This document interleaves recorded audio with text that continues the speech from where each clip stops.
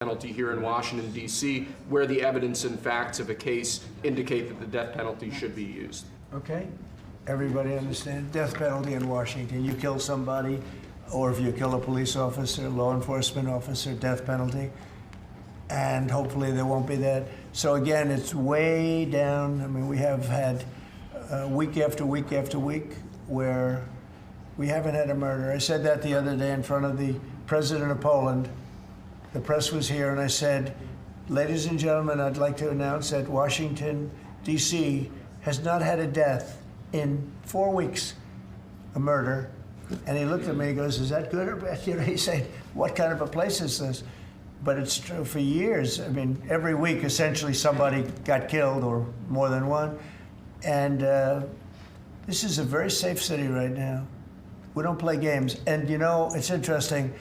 We took these careers out, career criminals. They call them careers. They left the word criminal out. But we took the careers out of here. And they're now brought back to their homes, or they're in jail, or they're in a jail in another country. And hopefully they're not coming back. And we have to maintain it. You can't just leave, and we have to maintain it. We've gotten along fairly well with the mayor. You know, she's getting a party that hates that the city's becoming safe. I mean, they're actually criticizing her because the city's becoming safe. But this is becoming this is right now a very, very safe city. This went from the most unsafe city in the country to the safest city in the country. There's no city any safer. That's a pretty big achievement. And we really did it in 12 days. But if you add an extra week to it, that'd be nice. And I mean, you can go out to dinner. Restaurants are booming. You know, the restaurants were dead. They were dead. Even if you got to the restaurant, then somebody would come in and hold you up. You know, they'd hold up the whole restaurant. They go to Uber. Young ladies in the White House, they'd call Uber for protection. They'd run to the car because they were petrified to be from the entrance of their building to the car. Now they feel safe. They're in the car, and then the car gets hijacked while they're in the back of the car. This is what we were living in. We were living in hell. The people that work in the White House, every time they see me, young women in particular, say, thank you, sir. And I don't even ask them about what. I know exactly. I made their lives. Now they're living in a beautiful, glamorous place called Washington, D.C. with no crime, and that's the way it should be, okay? This is the death penalty for somebody that kills people in Washington, D.C. I think it's capital. It's a very interesting capital punishment, capital city, right? It's capital. But this is our capital city. We can't allow that to happen. People come in from Iowa to look at the Lincoln Memorial, and they end up getting killed. It doesn't happen anymore. It's not going to happen. And if it does happen, it's the death penalty for the person that did it. And this goes into effect. Yes, sir. Right? Pam, is that right? Yes, Could sir. you speak a little bit about that? Yes, sir. Not only are we seeking it in Washington, D.C., but all over the country again. And as you saw very recently, we are now moving the inmates who were on death row, who Joe Biden or the auto pen commuted their sentences off of death row. We're moving them to supermax facilities where they will be treated like they're on death row for the rest of their lives, President Trump. Okay, that's a big statement. Thank you very much. Okay. I see some of you shaking your heads very positively. Thank you, Brian. Thank you, fellas. You said on the campaign trail that you I were said it. for Yeah. the death penalty if anybody, an illegal, killed a U.S. citizen That's or a right. police officer. So this just reinforces your campaign promise. Right. And most people really like it. And Washington, again, it's going to serve as a beacon because you have to do it. These are bad people. When you look at that guy, the guy that killed the young lady in the train in North Carolina, that he'll be in trial for years. He'll get a good lawyer somewhere along the line. Somebody will come along, and what he did to that young lady, and she went into that train scared. You know, when she went in, the way she sat down, she was scared to just be there. She just wanted to not pay any attention to anybody, just not be noticed. And she had her throat slit. We don't want that in this country anymore. We're not going to have it in this country anymore. Thank you very much. Next. Lastly, sir, this is a presidential memorandum on countering domestic terrorism and organized political violence. In recent weeks, months, and years, we've seen a tremendous upsurge in some highly visible, but also other acts of domestic terrorism and organized political violence. being perpetrated by radical, politically motivated groups all over the country. What this presidential memorandum will do is set off an administration-wide response to that, ranging from the Joint Terrorism Task Forces to other components of the Department of Justice, to the Department of Homeland Security, the Department of Treasury. We're looking at interdicting these groups, preventing them from performing acts of violence, and also looking at sources of organization and funding and Great. support that prop them up and allow them to do the acts that they have been doing.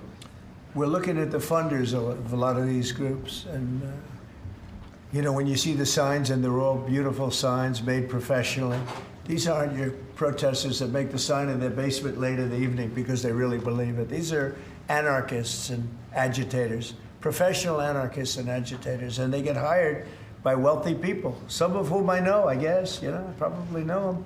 And you wouldn't know it. You're at dinner with them, everything's nice, and then you find out that they funded millions of dollars to these lunatics. Steve, could you say a couple of words? Yes, about Mr. it? President. This is a very historic and significant day. This is the first time in American history that there is an all-of-government effort to dismantle left-wing terrorism, to dismantle Antifa, to dismantle the organizations that have been carrying out these acts of political violence and terrorism. What we have seen, if you look at whether it be going back to the riots that started with Black Lives Matter and all the way through to the Antifa riots, the attacks on ICE officers, the doxing campaigns, and now the political assassinations, these are not lone, isolated events. This is part of an organized campaign of radical left terrorism. It is structured, it is sophisticated, it is well-funded, it is well-planned. There is really no parallel like this to anything else in the country right now. There is an entire system of feeder organizations that provide money, resources, weapons, and when they're attacking ICE officers, they're attacking federal buildings, or they're isolating public officials for harassment, doxing, intimidation, and ultimately attempted assassination. It is all carefully planned, executed, and thought through. It is terrorism on our soil. Because of this executive order, Cash and Pam are going to have the tools they need, working with Scott, to take these organizations apart piece by piece. And the central hub of that effort is going to be the Joint Terrorism Task Force, or JTTF, which sits inside the Federal Bureau of Investigation. But for those at home who are worried about terrorism in this country, they need to understand, because of President Trump's strength, because of his vision, because of his leadership, we are now going to use the entire force of the federal government to uproot these organizations root and branch. And again, that's only possible because of President Trump and his leadership. Thank you, Steve. Cash, please. Yes, as Steve was saying, Mr. President, thanks to your leadership, crime is going downward in a tremendous fashion, and that's what we want for every city in America.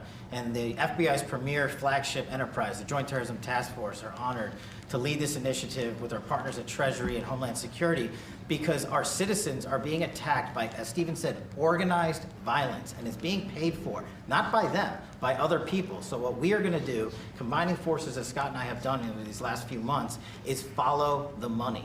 People and organizations have collected funds and put them out into the streets of America and organized violence across our country. And thanks to your recognition of this and this executive order and the AG's leadership to lead out and prosecute these individuals, we are properly going to chase them down like the domestic terrorists that they are, and our streets and our communities are going to be safer because the JTTF and the FBI and Treasury and DHS and DOJ are going to combine forces like never before to root out this new evil that is perpetrating our criminal activities across our societies.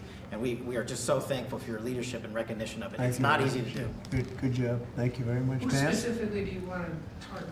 What? Besides Antifa, is there a specific group or person you're targeting with this? Any organized group. Any organization? Any organized group who are committing these crimes, and we're working with the Secretary of Treasury. You know what law enforcement has told us under President Trump's leadership? He's taken the handcuffs off law enforcement. They can do their jobs now, thanks to you, President Trump, and that's what's happening.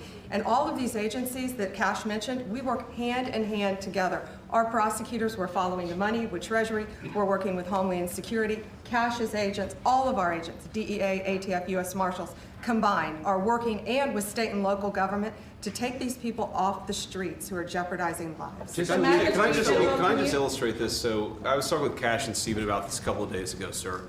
So I believe it was in Oregon where you had a federal building where there were men in black ski masks who are committing acts of violence, who are shutting down a government building. To the president's point, they don't come from nowhere. These are paid people. This is organized. They're committing acts of political terrorism on American soil. And it's time we had a government that looked out for the American people rather than the people who are committing violence against the American people. But Madam Attorney When you General, go can out to comment- Portland and you see what's happening in Portland, this is Crazy. like nobody's ever seen anything like it. Every night, and this has gone on for years. They just burned the place down, and you know the shop owners, most of them have left, but the few shops that are open, they just use plywood and just like 3/4-inch plywood. They don't put storefronts in because they know it's going to be burned down. These are professional agitators. Right. These are bad people, and they're paid a lot of money by rich people, some of whom we know. I'm sure I know some. I don't. If I knew, I wouldn't associate because I'll be in trouble. Because Pam will say, "Why are you associating with this person?" But I will tell you that these are bad people, and they're paying a lot of money, millions of dollars. But take a look at Portland sometime.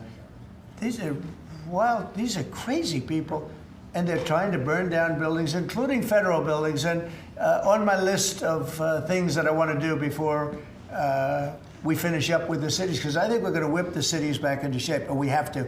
We cannot let our cities, and that's a small example, but it's the most violent example. It's every night, and they've done it for years. You think maybe at some point they made their point, and what are they doing? But we're going to get out there, and we're going to do a pretty big number of those people in Portland that are doing that. They're professional agitators and anarchists. Could you name them? They're actually anarchists, yeah. Just so we Go can- ahead, why don't you Mr. President, defend? could Let's see name you a few defend of them, Jeff. No, I'm not defending anyone. I just want, so that we can just explain this in our stories, could you name a couple? You don't explain it right, though, Jeff. Well, Go just- ahead, let's just go. ask Maybe me let's for give you names. another chance. Go ahead. Antifa, Soros, Yeah. what names are we talking about? Well, Soros is a name certainly that I keep hearing. I don't know, but Soros is a name that I hear. I hear a lot of different names. I hear names of some pretty rich people that are radical left people. Maybe I hear about a guy named Reid Hoffman. Somebody's a pretty rich guy, I guess, and I hear about him. I don't know. Maybe could be him. Could be a lot of people. We hear the same names, but they're bad, and we're going to find out. And if they are funding these things, they're going to have some problems because they're agitators and they're anarchists. These are anarchists, really bad. Okay, yeah, please. Mr. General, can you, Mr. President, are you Who you Mr. with? President, Who you with? I'm with the Center Square. Sarah Roderikovich is my name. Sarah, there's also, as you know, Antifa is not just a domestic terror, or now a domestic terror organization. It's also international. I know the Netherlands is looking at also designating them a terror organization. Right. Have you been working with your intel community and your DNI to possibly expand that to making them designating Yes, them an we have. international terror Yeah, we have organization? been. Yep, it's an international. In many cases, it is international. Mr. Yeah. President, on Antifa, if someone takes to the streets of America and says they're Antifa, what happens to them? What will happen to them? Well, I'd say the maximum under the law, and we'll see. Now, if they kill somebody, we just signed a death penalty, so it depends where it is. But if they kill somebody, which they do, I mean, people are dying. You go out to Portland, people die out there. Many people have died over the years in Portland. Portland is, I don't know how anybody lives there. It's amazing. But it's anarchy out there, and that's what they want. They want anarchy. Like when they attacked Seattle and took over a big percentage of the city, I was going to go out, and we were going to do a big number. They heard that, and everybody broke up all of a sudden. But, you know, you have governors that have to run that, and a lot of them don't do that. I don't like to go in. I'd rather have Pritzker's support when we go into Chicago. But if we don't have it, that's okay, too, because we're paramount, and we will do what we have to do. We're going to make Chicago safe. We're going to make we're going to make as many as we can, and usually that involves a surge. But what we did with, in the case of Chicago, by having the FBI go out there 5 or 6 months ago, we brought it down a little bit. You know, a little bit is 25%, so it's not so little, but it is when you're talking about the kind of crime and killings and murders that you hear in Chicago. But we're going to get it. Chicago's a great city. As the Union Pacific said, the head of the Union Pacific, who's a great guy, started off as a low-rung guy. He said he started in a caboose, and now he's the chairman of the Union Pacific. But he's a great guy. But he said, "Sir, don't lose Chicago." The way he said it, I said, boy, it really hit me. You know, here's a man that knows all the cities. The Union Pacific, I guess, is our largest railroad. and he knows all the cities. He's been doing it for 45 years, and he said, "Sir, don't lose Chicago." And the way he said that meant a lot to me. And we're going to go into Chicago very soon. We're going to take care of Memphis. We're going to take care of Memphis. You can't walk a block without getting shot. We're going to take care of that one, and just like we did Washington D.C. And we're gonna do Chicago very soon. Yeah. We heard there could be an indictment on James Comey. Do you know if there is an indictment, or Madam Attorney I General? don't know. I know it's going on because I read the papers just like you do, right? So I don't know. Do you have anything to say about We that? can't comment on that. Yeah. Madam Attorney General, can you comment on a New York Times? Madam indicted? Attorney General, can you comment on a New York Times report saying that Justice Department officials have asked attorneys to target a George Soros-funded group? And is this executive order that you just signed a part of that effort? I'm not going to comment on whether there is or is not a pending investigation, but everything's on the table right now. I don't think anybody has to ask, because if you look at Soros, he's at the top of every. In fact, sometimes they say, could he be involved in this many things? But he's in every story that I read. Stories that I read keep talking about Soros, and so I guess he'd be a likely candidate. Thank you very much, everybody. Thank you very much.